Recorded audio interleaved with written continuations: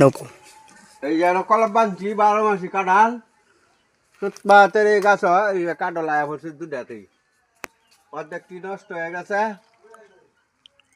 আর কয়টা আছে আল্লাহ রহমত কাঁঠালে কোনো কষ্ট নাই কাঁঠালটা একটু ছোট সাইজ মিডিয়াম খাইতে মিষ্টি হতো না?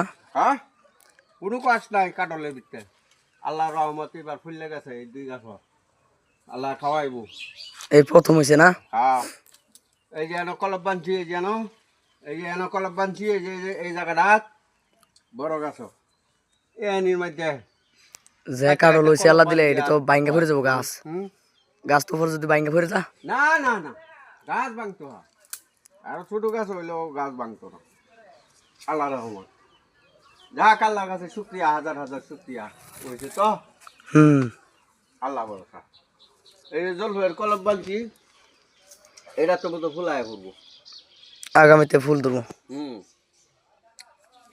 এটি খাদ্য বেশি তো এলাকা কলির ভাব দেখতাছি না